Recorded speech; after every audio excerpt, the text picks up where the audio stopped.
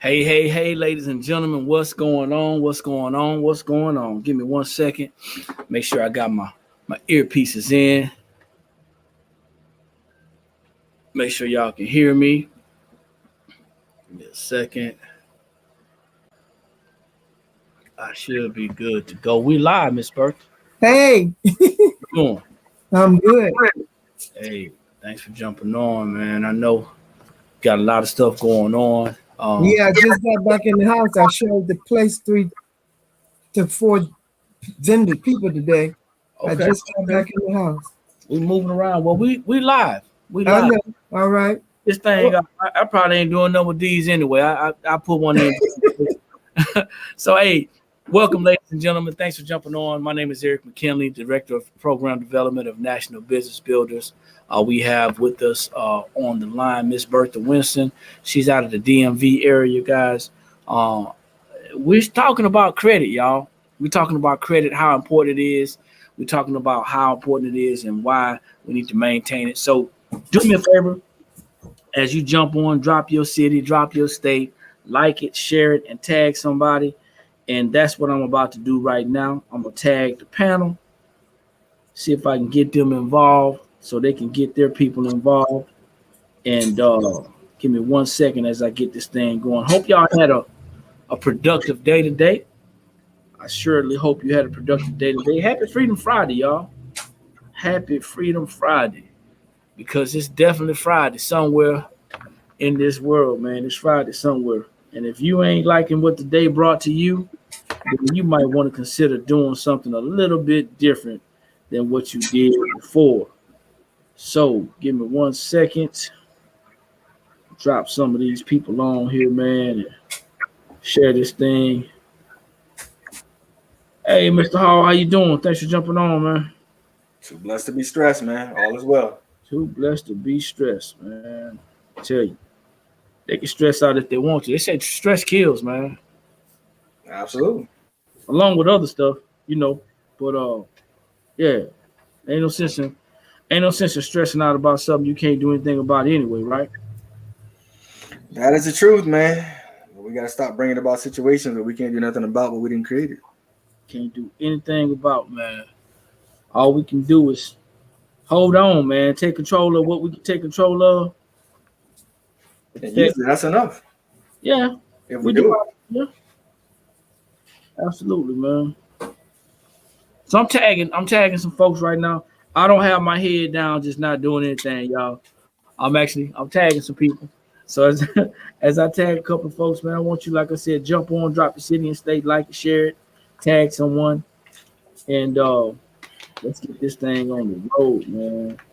Got a couple more people I want to tag in this one right here, because it's a lot of people that really they really want this information.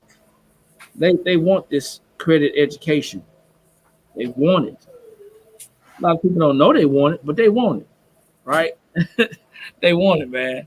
People want to repair their credit. They want to get better credit. They want to do it, and most times they want to do it just because they want to buy something. Just because they want to buy something. So this information, hopefully, it educates you and puts you in a better situation. We got Mr. June Collier jumping on out of Atlanta, Georgia. Mr. James Hall is out of Fallen Waters, West Virginia, and Miss Bertha Winston is out of the DMV. Yours truly coming in from Columbia, South Carolina, man. So I got a couple more places I want to share with y'all. I just tagged the panel. Give me 1 second. You know, I started jumping on a little bit early, man. I said, let me jump on about 2 to 3 minutes early so I can get this stuff done, because I don't want to cut into the people's time, you know. Cut into the people's time, especially if we have something good going on, right? So welcome everybody. Some of y'all probably seen this information or some of this information before, and that's okay. But you know, like the rapper Tupac said, repetition is the father of learning. Y'all thought Lil Wayne said that. He didn't. Tupac said that. And somebody said it before Tupac. I just ain't researched it. But yeah, repetition is how we learn. So you want to make sure if you're getting this, you're getting it again. And then once you get it, you know how to apply it. Okay? Once you get to learn how to apply it. So I got one more place to share, and it's going to be right here in the credit repair group. So now, once again, if you're just jumping on, we are talking about credit education, not repair. We're not gonna get on here and share with you how to repair your credit. That would be too easy, man. That would be too easy. It's too easy to tell you how to repair your credit. We want you to understand why you need to take control of it, why you need to understand it, and the importance of having a good credit score in the long run. So I'm gonna do a quick recap. We got Miss Lillis Lumpkins out of St. Louis just jumped on. I'm gonna do a quick recap as I share my screen. So bear with me. Like I said, this information might look real for me to a lot of people, but that's okay. All right, because we are going to go forth and do some great things anyway. So now, uh, here we go. So here's the deal, man. We're talking about education. We talked about on Wednesday what credit is and how we actually define credit, how Webster or in these days, Wikipedia or Investopedia defines credit. That's that first paragraph. You know, you just basically agreeing to pay at a later date, right? And you agreeing to pay some interest on that. That's an agreement between you and the person that you borrow money with. But it also talks about the credit worthiness, right? The credit worthiness and the history of a company. So as a company, it talks about it a little bit differently. It means the same thing, but you're talking about a company versus an individual. Then we talked about the 5 C's of credit. It's a system that shares or that talks about or discusses the characteristics of you before you even come on, before they even see you, before they even hit your name. They don't know who you are, but they just look at your character, these characteristics of your credit report. And we talked about that. 5 C's are right here. Okay, character, collateral, capacity, capital, and conditions. And you can go back on the NBB Facebook page and you can see that video. It was short. I did about a 25 minute overview of this portion because this portion is the mindset portion. We have to understand that before we can even get in there to do something with our credit, we have to have a good mindset. And then we're going to talk about payment history today. Y'all ready? I said, are y'all ready to talk about some payment history? All right. So here it is, y'all. It's a challenge, and it's always a challenge. So before we even talk about payment history, let's discuss this around table. Miss Lillis, you're up. What can you tell me? What can you tell me, ma'am, about payment history and why is payment history important? Okay, should I tell my story, Eric? You can share with us whatever you feel comfortable sharing. Well, I found out the hard way how important payment history was. I tried to fix my own credit at one point because I refused to pay someone else to do it. And I thought I was doing a good thing by closing out an account. And actually, I felt good when I did it. But when I received my next credit score, my score had decreased by 59 points. Hold on. You say you closed an account and your credit score took a dive. Yes, because I deleted the payment, because I deleted that history. You delete that history. Yeah. That's important. That's something I didn't know at the time. I think a lot of people have done that. Don't feel bad. I think a lot of people have done that over the years, because they're thinking that, hey, I paid it off. I'm going to close the account, not understanding that's an open line of credit for you, and also it's an open history. So yeah, that's something to think about. We got Miss Valerie Norfolk jumping on out of St. Louis. Thanks for jumping on. I appreciate you. Anybody else want to add? Miss Bertha, you got something you want to share about payment history? You might be in the back moving around. You might not be able to talk right now. We're gonna move on to Mr. Hall. Mr. Hall, you got something you want to share about payment history? I mean, it makes sense, right? If I'm gonna if I'm gonna give money to somebody, And I want to be able to see how well they've been able to pay it back to other people. Okay. So that's kind of, there's a whole lot of different scenarios about that, different books about it. When it comes to paying somebody, if you're gonna loan somebody some money, make sure they could pay it back, or make sure they was able to pay it back to other people. So payment history is important. Yeah, I've been in a situation of Lillis where I've looked at doing that, and you cause yourself some harm if you don't really know, and you think you know. So yeah, payment history is probably got to be the most important because they want to make sure that someone can pay their bills on time. Well, that's a part of the 5 C's. Your ability to repay, and they talk about that. So just so you know, there's nothing wrong. So the artist can hit to understand. There's nothing wrong with repairing your own credit. There's nothing wrong with it at all. As a matter of fact, after knowing what I know, I strongly encourage that you do so. However, before you do, you have to understand the importance of becoming educated on it. You can't just go and just start doing it off of what you heard somebody say. That's not a good idea. You have to verify information, and you have to be educated. Mr. Carr, you got something you want to add on payment history before we start clicking these slides? Yeah. I mean, I just kind of, like James and Ms. Lumpkins has said, payment history is it's your track record, it's your word. My granddaddy always said the best thing that you got, but sometimes the only thing a man got is his name and his word. And so your payment history is the first thing that people are going to look at to see how well you have kept your promise in the past. And your past sometimes determines your present.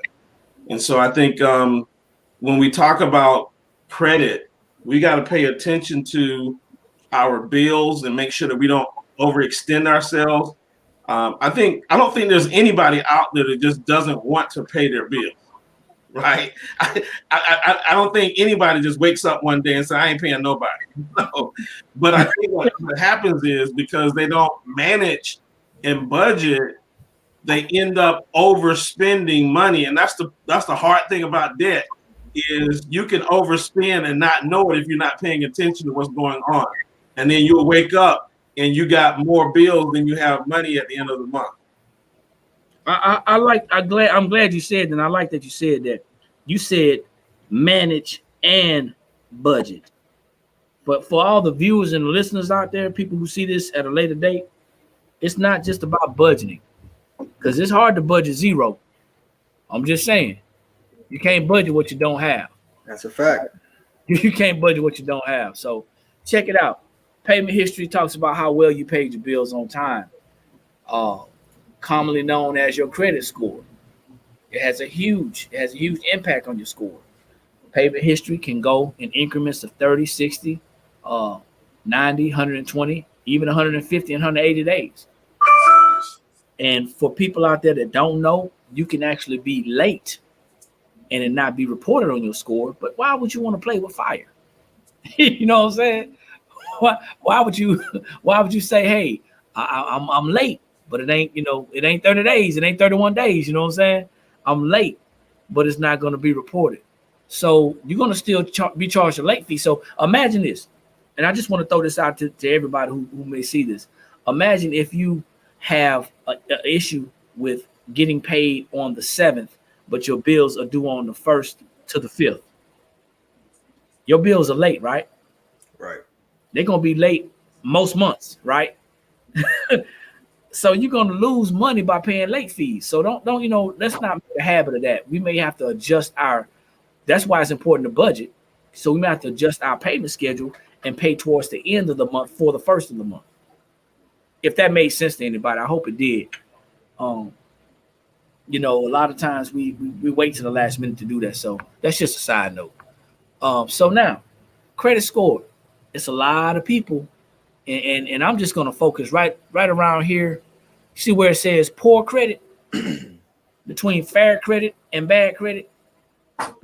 Between I just want to focus on between from 699 to 300. There's a lot of people who think that they're good. There's a lot of people think that they're good. And the reason why people think that they're good at 650 to 699, 600 to 649, or 300 to, well, they can't be good there, but the reason why people think that fair credit and poor credit scores are good is because they're still able to buy stuff. People don't realize that is where you start hitting those subpar lending places.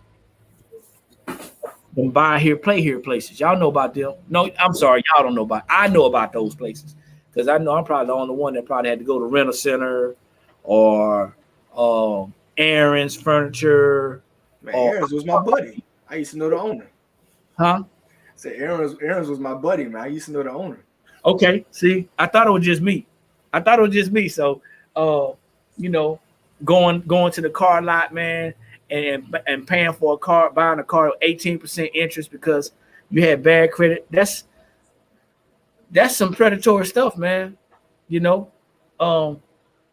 Check cashing places, 35% interest, which really ain't 35%. It's actually 300%. You know what I'm saying? A fair credit score is not really a good situation to be in. You'll be able to get things, but it's going to cost you. Anybody care to chime in on that, ladies?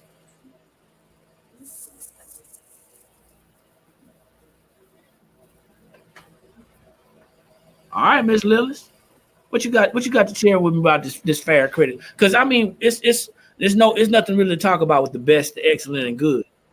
That's what we want to be hovering. But I mean, what do you? Because I know what you do. I know what you do, and I know you probably run into some clients that have issues with their credit. What would you think about this fair credit, poor credit, and bad credit?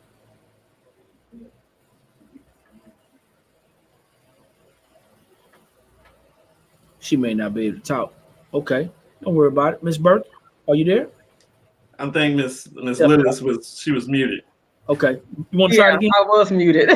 I didn't know. How's it so, man?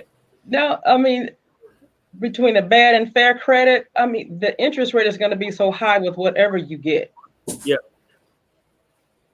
I mean, it's but you have people who think because they can get it that they're doing good.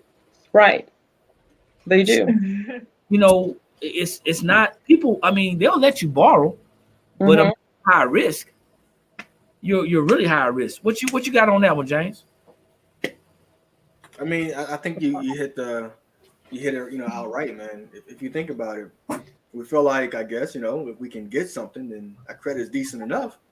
So we don't have to make any improvements. And, just to be blessed, I guess you could say, quote unquote, to get a vehicle, regardless of whatever the interest rate, to get a credit card, whatever the interest rate is, we look at it as more of a blessing, and we don't really look at the underlying concept of what it really is. So I can say for myself, I've been in that position, got approved for a vehicle. Interest rate was, I think 12%. I was just happy. Called myself blessed, wanted to throw up a couple of hallelujahs. I was good to go. Right? Yeah. Well, I understood that, when I looked at that payment, I looked at what I paid and what they got in interest. I was like, dang, I'm in the wrong business. Yeah. So you talking about 12%, brother. It was a true story, 18%. True story. Back in 2000 and I want to say 2003, 2001, 2003, something like that. Yeah. Yeah. They worked me over real good, man. They worked me over real good. And when you don't know, or when you just don't, at some point in time, you're like, hey, I don't really care. I just need it. You know what I'm saying? Y'all ever been like that? Absolutely. I mean, I guess I'm the only one. What you say, Mr. Carey? I guess I'm the only one. I don't really care. I need it. Here's what it is. When you start looking at businesses, the biggest profits are made on people with poor credit. A lot of times a lot of times they know that we're ignorant about the fact. And there's nothing, we're all ignorant about something, but when it comes to personal finances, they know that people want to get that car, and they want to get that car bad, or they want to get that furniture, or whatever it is that they want, and they want it really bad. And they're not even concerned with the interest rates. They're concerned with the payment. And if you stretch out the loan for a long period of time, you can fix the payment where it works for the individual.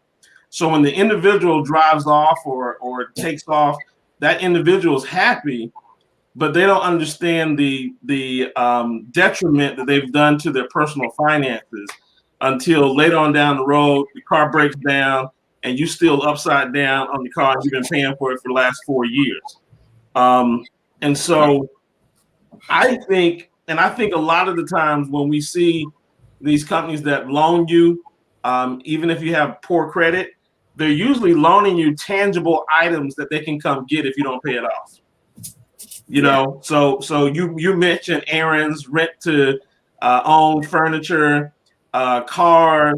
Those are things that they can come back and get and actually make a profit. I know a lot of times they're hoping that you don't pay your car note. I had a friend of mine that paid his car note, and I think he told me he had 4 or 5 payments left, and he fell on hard times, and they came and took his car, and he only had 4 more payments left on the car. Wow. And they quickly took that car because that's a profit. That's profit for them. So we just have to be mindful of that. Yeah, you talking about residual items. I'm gonna start calling that residual furniture. That rent to own furniture, that's residual furniture. That's passive furniture. And because it keeps going around and around. Even if you decide to give it back, they're just gonna rent it out to somebody else. Like you said, they can make more money on it. They can come back and get it. We got Miss Ladrika Winston out of Clarksburg, Maryland, just jumped on the call. We're talking about credit scores, and a lot of people don't understand how having a below a good credit score, actually below an excellent credit score, can change your financing drastically. Just because we need something, or sometimes we just want it and don't understand that we need to fix our credit. We need to understand and educate ourselves so we can do better. We got to separate our wants from our needs. We do. But just so people know that's out there, the lowest credit score that you can actually have is a 350. Now, I'm not talking about a Vantage score. I'm talking about a FICO score.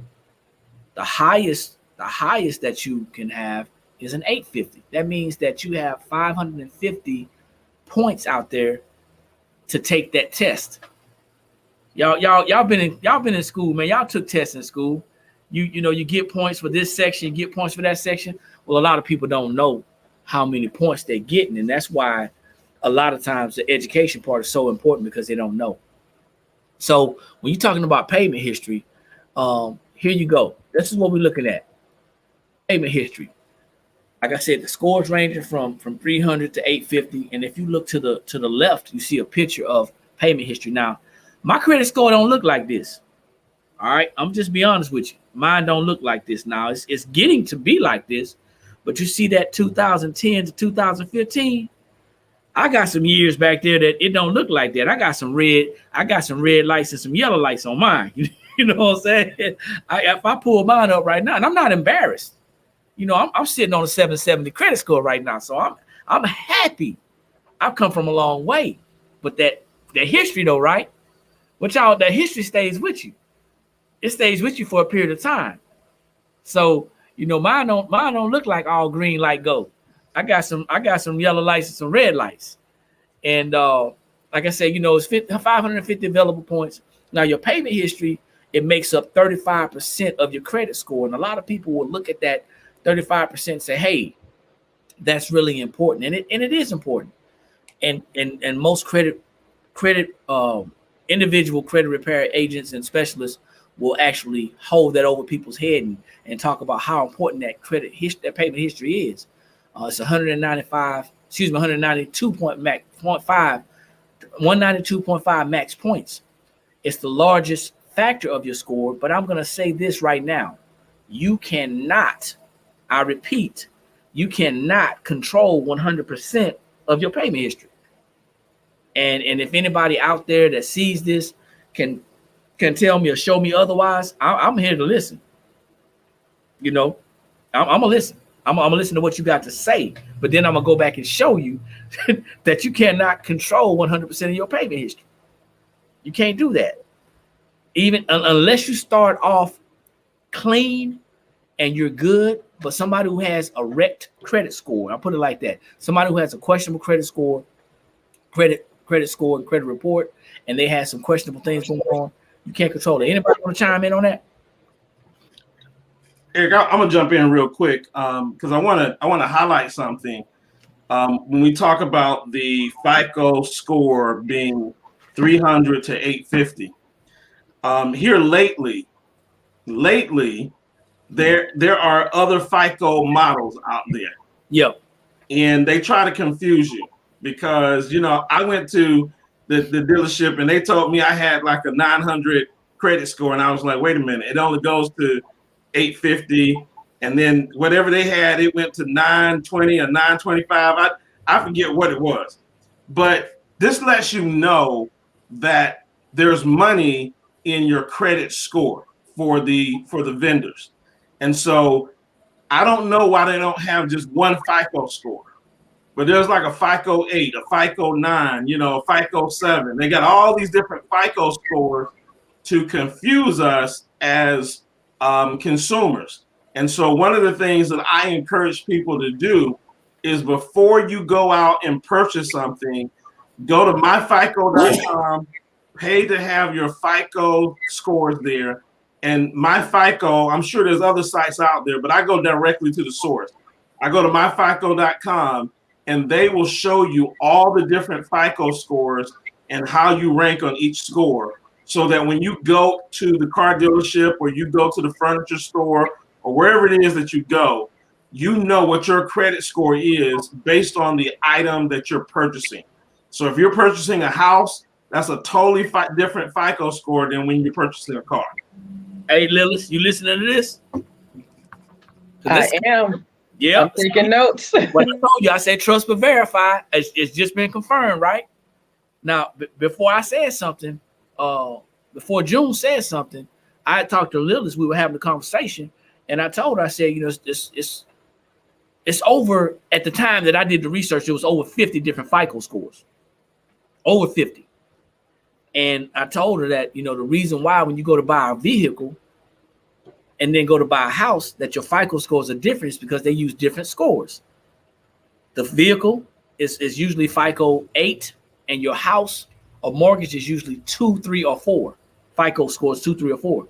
And your FICO score for your vehicle can be 750, but your FICO score for your house could actually be about 680. I'm gonna say that again for people who are out there listening that may not understand. Like June said, there's money in your credit.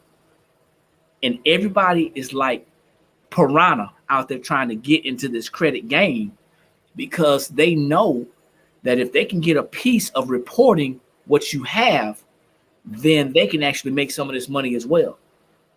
If you don't know when you get ready to go purchase that vehicle or go to purchase that home, that score is going to be, you know, different, then you need to know that. You need to understand that.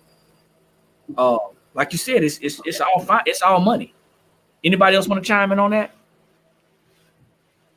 The different FICO scores, man, it'll mess you up. It really will. It really will. When you told me that was my first time hearing that. Yeah, you know, I do a lot of research, and the reason why I do research is because I run into a lot of smart people. I'm being sarcastic, yeah, because they're smart. A lot of people I run into that are very book smart, and they're not wanting to hear what you're saying. You know, I learned a long time ago an intelligent person is going to sit back and kind of listen and soak everything in, and then they're going to make a informed decision, and then they may even go back and review or research what you've said. But I run across a lot of people who think they know. And it's just, you know, just so happened, I had to do some research, and I had to show somebody that, you know, you're not going to buy a car with the same FICO score. They're going to pull a different one. You know, the difference between those two.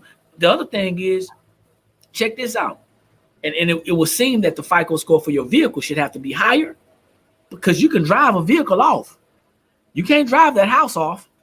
You can't drive that house from one neighborhood to the other trying to evade, people that's gonna repossess it. I'm just saying. So it seemed like it would be a little bit difficult, but that's what I had for that. But if you add that up, right? If you add up everything,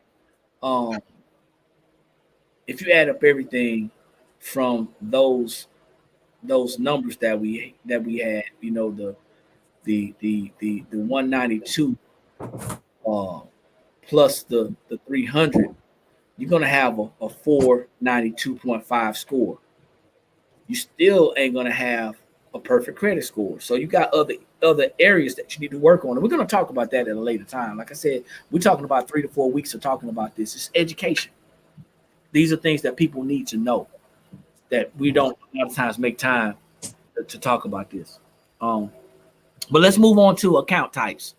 And some of this information is going to wow you, because when this information was given to me, when it was shared with me, it was shared in a different platform. And I still had another platform that was shared in because I like it, right? I like it because it allows us to rank certain things.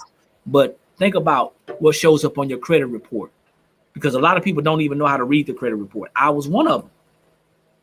See, it's right there in our faces. With technology, with social media, we can actually learn how to do so many things because somebody's already kind of figured it out and invented, actually done a lot of legwork for us. But this is what shows up on your credit report: credit cards, retail accounts. Anybody care to talk about retail accounts? What's a retail account? Y'all know what retail accounts are. In that Macy's card or that Target or the Walmart. Retail, yes, store accounts. Okay, installment loans. Y'all know what that is, right? I went to the financial institution, and I got me an installment loan. I went to a bank, got an installment loan. Mortgages. There you go. Bankruptcies. I did one of those when I was 23. Just being transparent, I experienced that. Losses. Tax liens. Anybody want to chime in on these accounts and why they show up on your credit report? Why do retail accounts have to be on there? That shouldn't even be too important, right? Retail accounts. Anybody? I know why. It falls into the revolving credit area, right? That's going to hit you. Retail accounts, man. You go out there and get a whole bunch of department store credit cards just because you're a shopaholic. And it ain't just ladies, because I like shoes and blazers. Anybody know me? I like shoes and blazers. I can use some clean shoes and a crisp blazer and a nice button down, and I'm good to go. Man, I had a nice wardrobe. Department store credit cards, man. I love Macy's. I love Penny's. Do y'all remember Foley's? Foley's department store. I'm from the country, so I don't know if they were just in the South. Y'all remember Gottschall's? That was probably in the South too, huh? Yeah, you deep in the South. I got one. Dillard's. Dillard's was always around. Dillard's, man. So I would like to shop like that, and because I want to be clean, right? My dad used to always say, you can tell a man, by his shoes. I had some clean feet, man. But these are the things that show up on your accounts, and I'm not sure, but and you can correct me. Does child support show up on your credit account? It can. It can. A court order can, right? Yeah.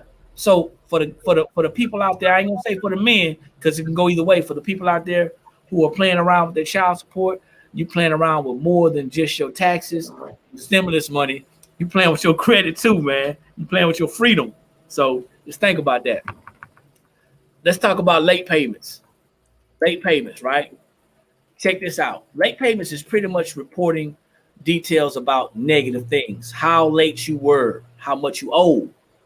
Yeah. How recently that late payment occurred. How many are on there? See, like I told you, when y'all saw that green, all green, Man, I had a whole bunch of yellow lights. I had a bunch of red lights. I was late. You know, I didn't understand the importance of paying it early. See, in the military, we were taught to be early is to be on time, and to be on time is to be late. Well, guess what? I was on time a lot. And, you know, when I met my wife, we've been together over 20 years. We've been together about 23 years. When I met my wife, she wasn't like that. You know, she wasn't like that. And I wasn't like that in the beginning, but, you know, I got some bad habits. But she wasn't like that. She cleaned that mess right on up. She took that stuff right on out of my hands, and we was early. I'm like, why you paying the bill so early? It ain't due yet. And I guess I'm the only one that's like that. I apologize. I'm telling on myself. You know, like that. Nobody else used to just, you know, pay it when it was due. Nobody, everybody else paid their bills, you know, 5, 6, 7 days early. You know, I guess I'm the only one, so I'm telling on myself. But anyway, I paid mine 3 weeks early, man. 3 weeks. See that? you the person that got 100 on the test, man. I tried to sit behind you and couldn't read your writing. You know, but that's important, and a lot of people don't realize that because it goes back two things. It goes back to talk about two things. It talks about the late payments. You know, you may be late on the payment because remember your billing cycle is not a 30-day billing cycle.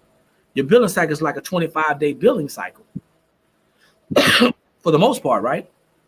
So when that bill is due, it's due before it's supposed to be late. Okay.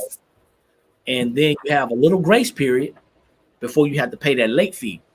Imagine this, man. Imagine you are late on 3 bills every month. It's for the people who are listening.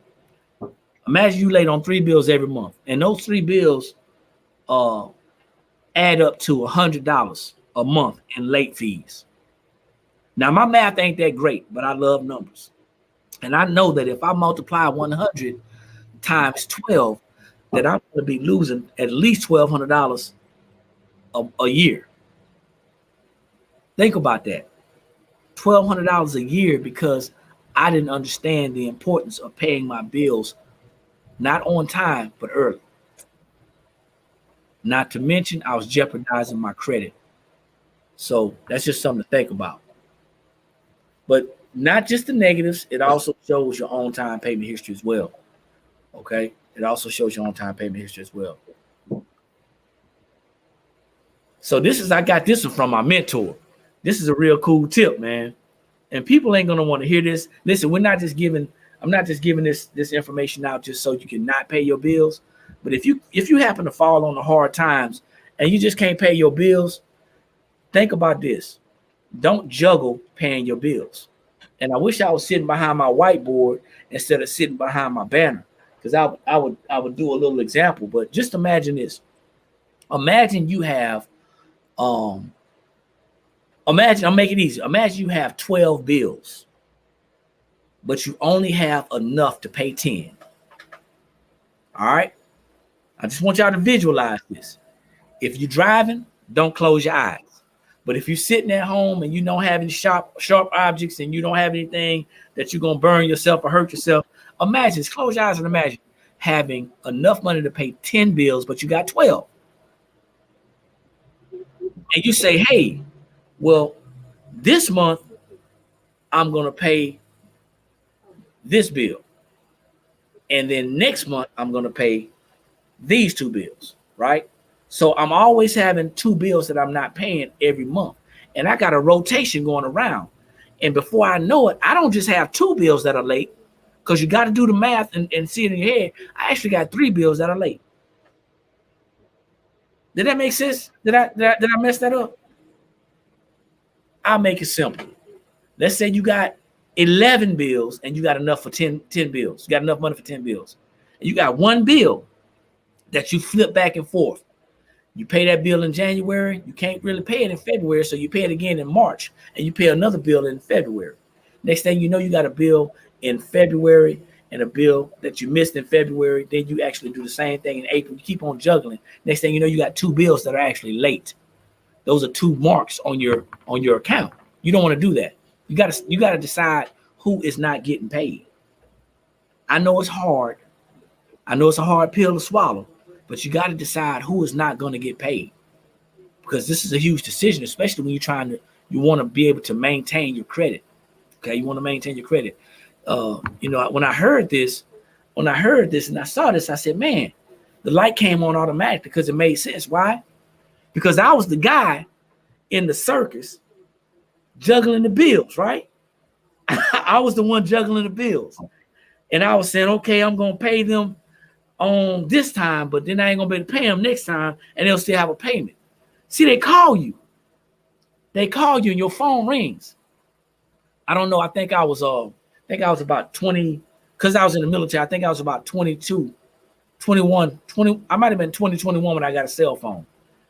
And when I got back I was in Europe. I was in Germany. But when I got back to the States, so my credit was great when I was in Europe because I really didn't have any trouble to get into.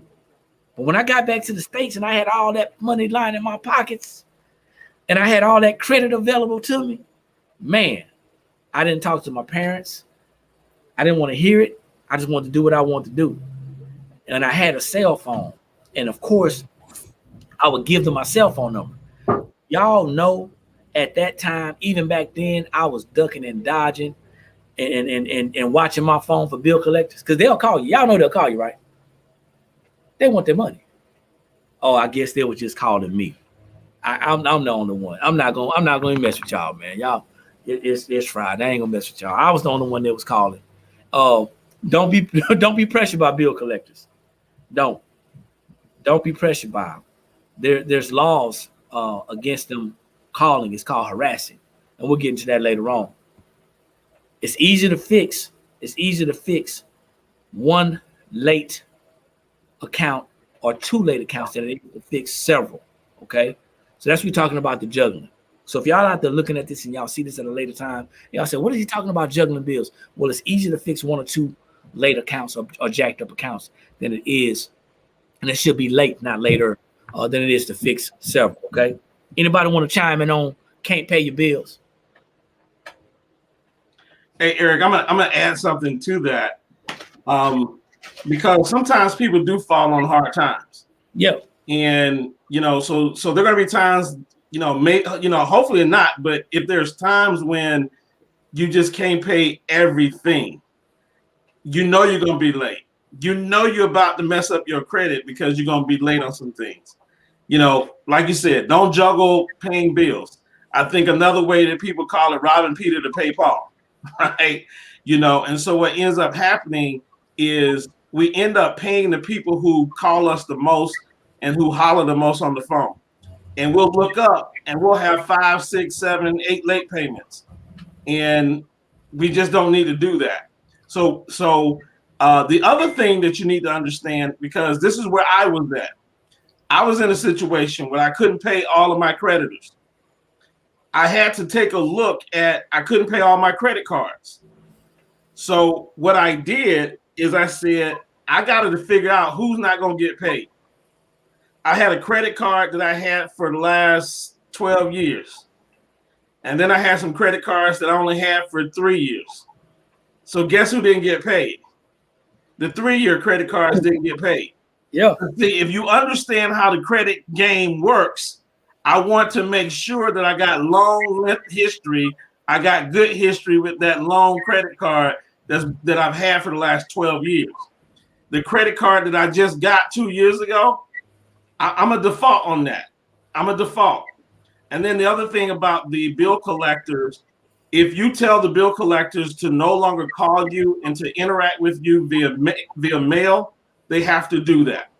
They have to stop calling you. So, those are things that I just want to chime in, but, you already covered most of it. So I'm going to let you get back in it. Well, thank you. The other thing is, if they call you, just FYI, if they call you, they're recording the call. Don't be all high and mighty and say, yeah, I know it's my debt. Don't get mad. Listen, I can't talk to you right now. I'll stop answering the phone. Or like June said, hey, listen, just don't call me anymore. Just, mail, send my correspondence in the mail. But when we get to getting upset and we get to talking, We talk ourselves into something, you know, especially if there's a statute of limitations, which there is that each state has a statute of limitations. And by you actually admitting to something on the phone, that statute of limitations could be about to run out and you just start that thing over again. I've run into a lot of people since I've been sharing financial education. I run into a lot of people who, you know, could have slapped themselves because they were actually days and weeks away from the statute of limitations actually ending. Yeah. See, they poked in the bear. Don't let them poke. Don't let you be the bear that they poking, and you actually retaliate verbally, and you get mad. And next thing you know, you put yourself in a worse situation. So just think about that, okay? Here's something that works in your favor: the Fair Credit Reporting Act. It's a law that protects consumers against the misuse and misreporting of your credit information.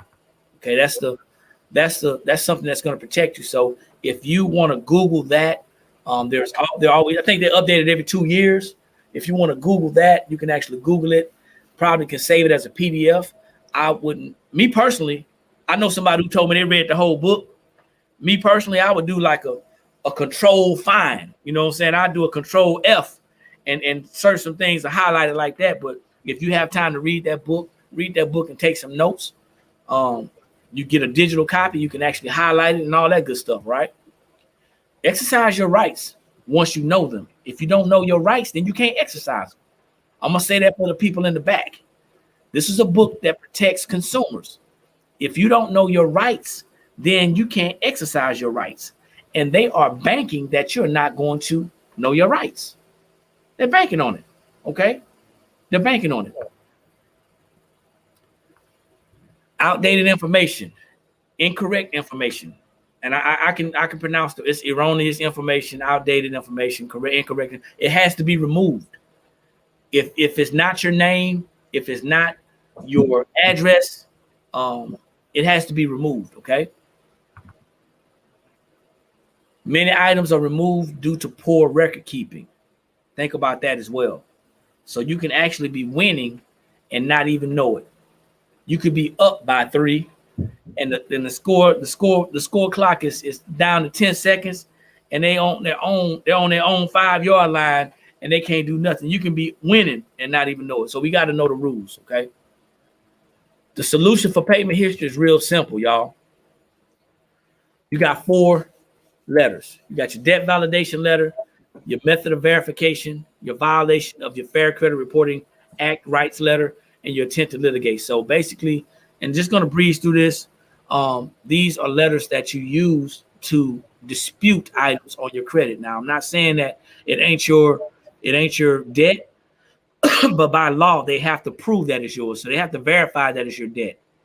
Once they verify it, they have to show you or send you the method with which they use to verify. If they can't do that, then they are in violation of your rights. And you can send a letter saying that you intend to go to court. But as some wise person told me, that if you know it's your debt, keep that letter in your pocket. Because if you go to court and you get found out, then you can be in some big trouble. So that's just something to think about. These are the letters that third-party credit repair agencies are going to use to repair this portion of your credit history, okay, of your credit score. A couple of more letters that's out there. You got your goodwill letter, you got your pay for delete, you got medical letters. All those things are out there, okay. But these are some basic letters, and I'm not going to go too much into this because, like I said, I'm not here to show you how to repair your credit. I'm here to educate you on what you may not know. All right. If you want to get more education, make sure you get back with me or the person that shares this information with you. So, like I said, this is going to be a challenge. So if y'all out there, on Wednesday, I already asked you to open up either a Credit Karma account or a Credit Sesame account. That's what I asked you to do on Wednesday. I asked you to do anything else. Now, the next thing is it's free. We know that. Now, it doesn't provide your credit score. So don't get excited if you see you got a 780 on your Credit Karma or your Credit Sesame or whatever that's out there, because they don't provide your score. They don't provide your FICO score. You have to pay for your FICO score. I'm gonna say that again so people can understand. You have to pay for your FICO score. Why? Because there's money in your credit. Somebody already said that. It's the service that they provide. If you didn't have to pay for it, you paying for it means it's important. But now, go ahead and look at your scores and look at your payment history.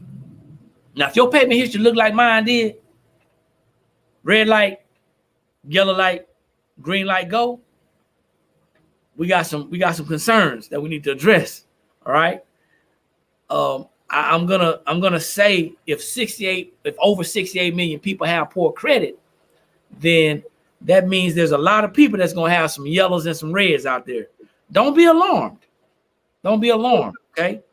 So we know that bad things happen to good people. We make decisions based off what we know. All right. We make decisions off what we know. Don't do anything else, because we're gonna come back on next Wednesday and we're gonna talk about this. All right. Don't do anything else. We're gonna talk about this. But just going to talk about it because I want you to understand that once you have a hold on it and understand what you're looking at, it's going to be easier. Now, I got a confession to make. Back in 2005, my wife and I purchased our first home. I was really scared to look at my credit. I had a decent or well-paying job since 2001. But I was afraid to look at my credit because I was afraid of what I might see. I don't know if anybody else out there is or was like that, but that's how I was. So that's what I got for you. Let's chop it up, y'all. Let's talk. We just saw some information about payment history. The information that we saw. Hopefully it made some sense. Hopefully it brought some value to you. If you got on this call thinking that, hey, everybody show me how to fix my credit. I ain't about to have that responsibility. I'm not, because I already know most personalities are very, very impatient and very we have how can I say it? We have expectations that are not really reasonable. Put it like that. All right. We have unrealistic expectations. So the whole purpose for this session is to talk about credit education. We talked about the mindset of credit on Wednesday, and then today we talked about payment history. And we got a couple more sessions to go to talk about this.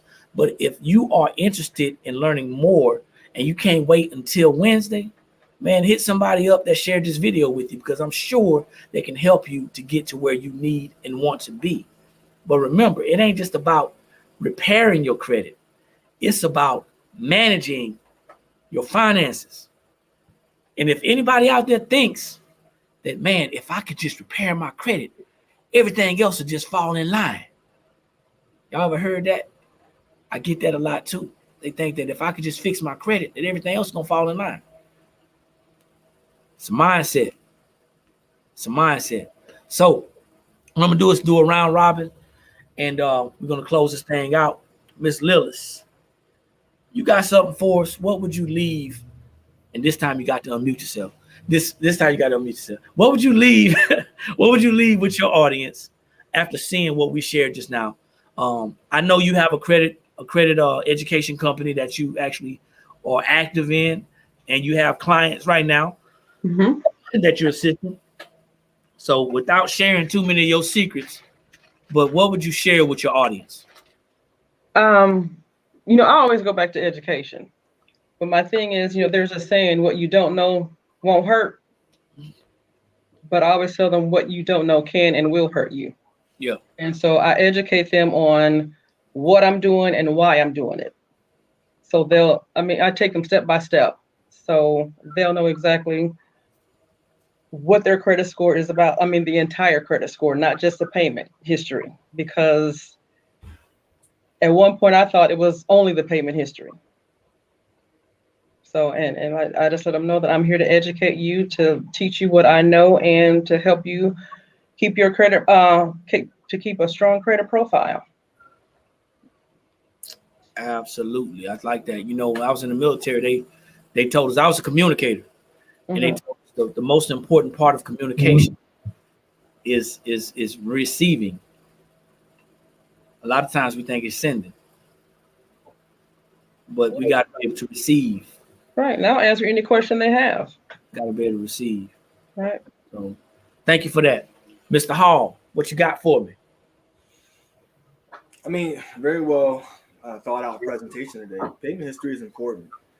And, you know, if you're looking at your credit and you're trying to fix your credit, then it's important to know why you need to fix your credit. But at the same time, you got to know what it all entails. And payment history is very important. And I would tell anybody, you know, when it comes to your credit, understand the motive of why you're trying to get it fixed.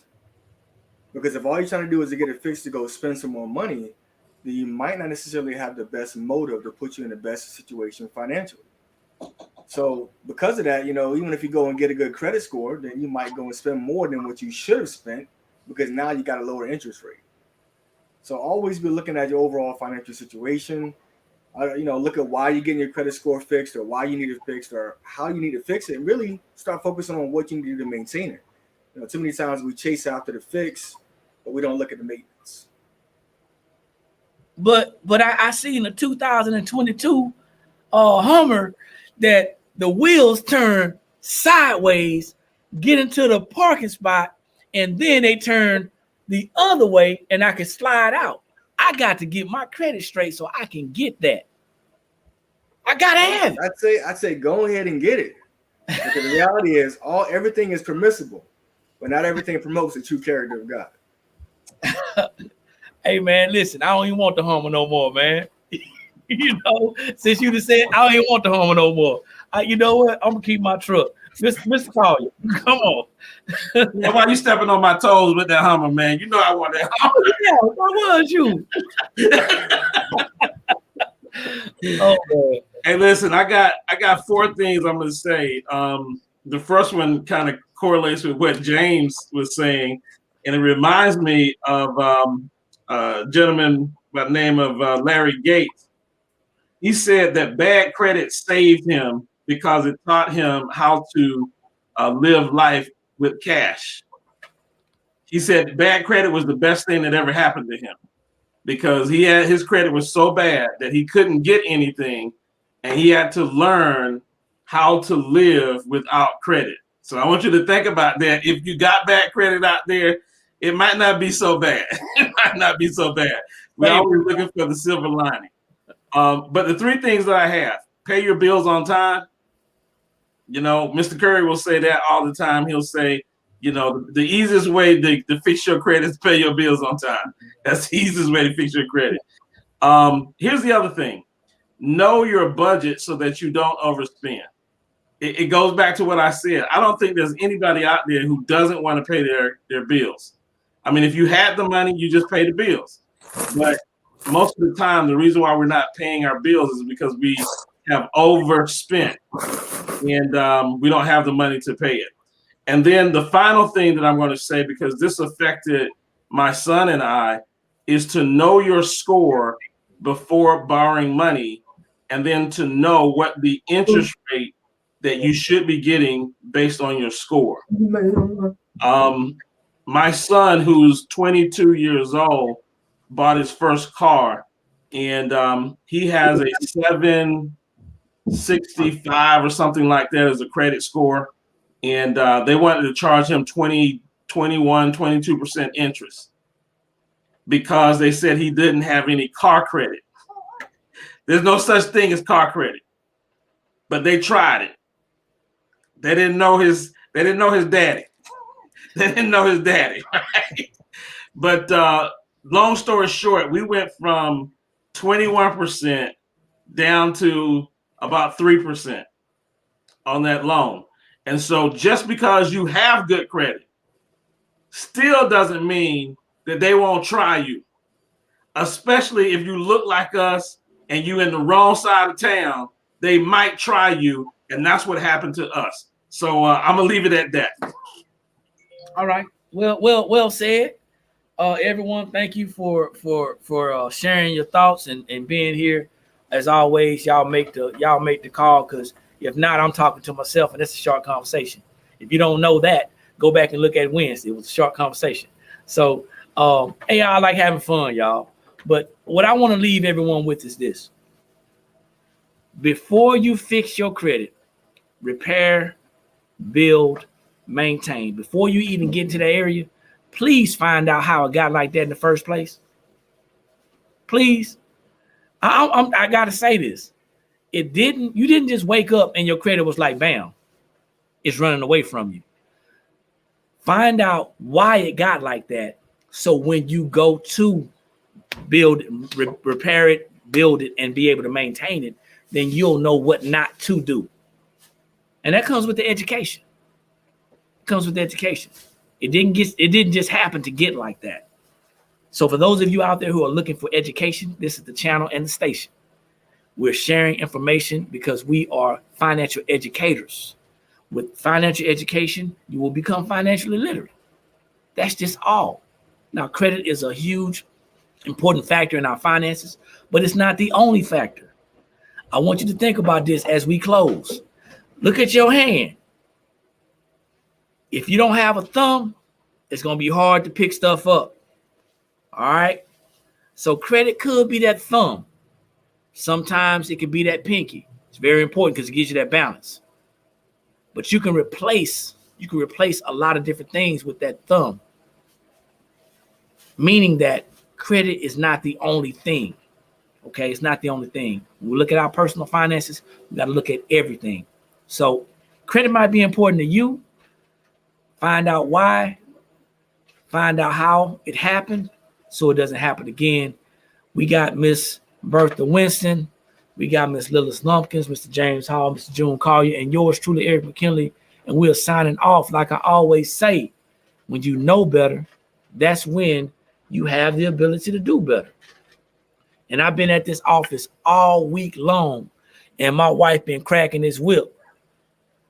The only knowledge that's powerful is properly applied knowledge. Now, my eyes are heavy, and I don't have but 9 minutes to go before I get home.